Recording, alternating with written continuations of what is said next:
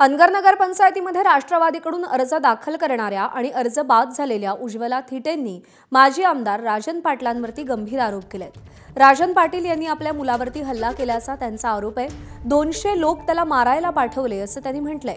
केवळ फॉर्म भरायचा म्हटल्यावर एवढा त्रास झाला, उद्या आम्ही गावात गेलो तर काय होईल याचा विचार करा असं थिटेंनी म्हटलंय।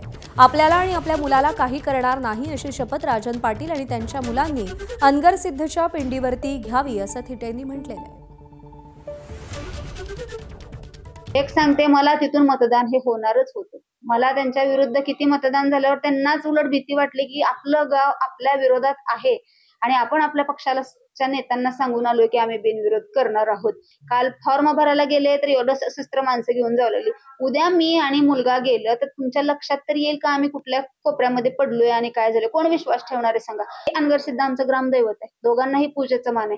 तुम्ही तिघही या, तुम्ही मीडियावाले पण या, त्यांनीही पिंडीवर हात मारून सांगायचं भविष्यात आम्ही ह्या बाळाला आणि ह्या माझ्या मुलीला काही करणार नाही आणि आम्ही ही शपथ खाऊ की ना मी बघू त्याने चॅलेंज ऍक्सेप्ट करते। एबीपी माझा, उघडा डोळे बघा नीट।